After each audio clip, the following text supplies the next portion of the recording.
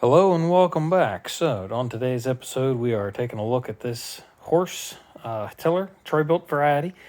And of that, it has an 8 horsepower cast iron sleeved Briggs and Stratton. I don't know if you can make out the model and type and all that here, but it's the cast iron variety of the 8 horsepower, single cylinder. And if you notice, we are missing a carburetor. And that is because of this little guy right here. This is the needle portion of the float assembly, and if you notice that line there, that line is actually an indent from where it's been sealing up against the seat for its entire life. Well, behind it I have ordered up a new one, and it comes as a assembly. There's a rubber seat variety that takes just a solid needle, and this one is a needle with a rubber tip on it. That's what's in there. That's what we're putting back in. All comes under the same part number, and there you go. So we'll get that tossed in, and I'll bring you back and go through setting the height of the float.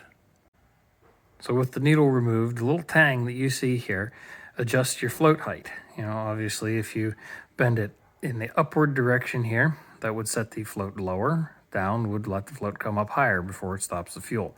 I don't believe that there to be anything really wrong with the float height. I believe the issue with the leaking of the fuel, or actually it's overfilling the bowl and then running out the overflow into the throat of the carb, which then makes the thing either run rich, or in this case, whenever it's sitting still, the fuel doesn't shut off, it overfills the bowl, and thus you have a leak on the floor.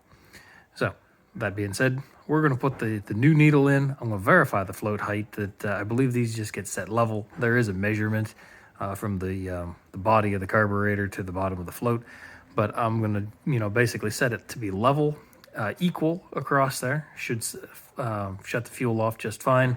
Verify that. Again, don't think there's much of an issue. Put this thing back together and get this motor running once again.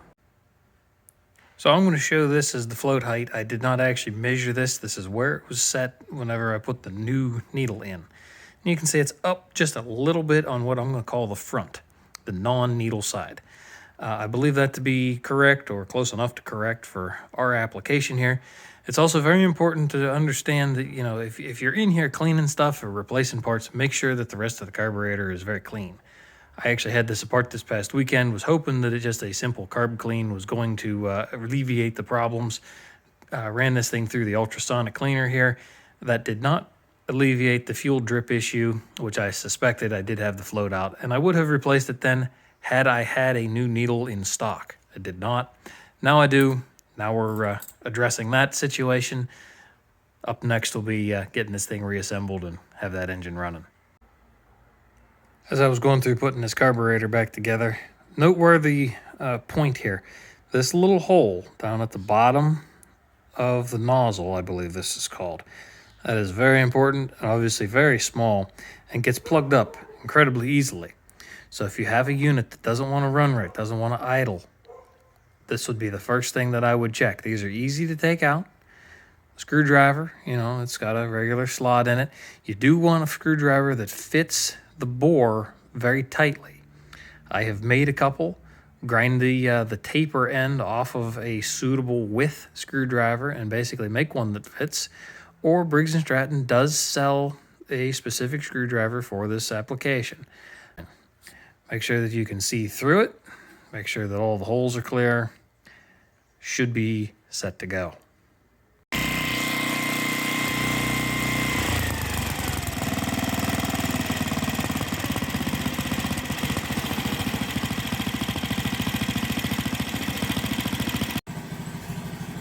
I'm sure you can still hear the thing idling in the background.